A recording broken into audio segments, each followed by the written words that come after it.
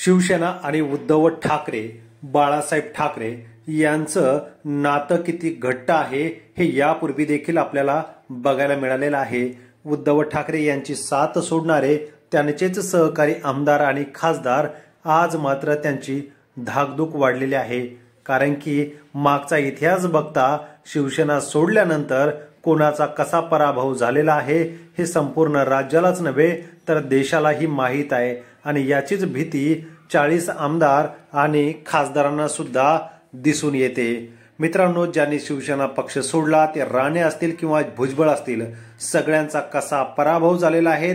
आज जे सत्तेत राज्याचे उपमुख्यमंत्री आहेत अजितदादा पवार, हे काय म्हणाले ते ऐका आणि व्हिडिओ बघून आपल्या कमेंट नक्की कळवा। सगळ्या लोकांना पराभूत करण्याचं काम जनतेने केलं की नाही?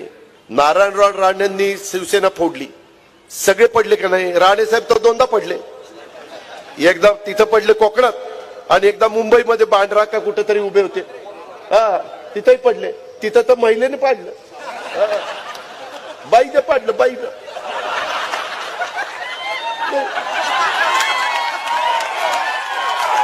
ही त्यांची प्रत्येकाची काय परिस्थिती आहे आणि काय मोठा टेंबा मिरवतात ही लोक, यांचं काही खरं नाही। यांचा काही विचार करू नका मित्रांनो। जे काही आहे आपलं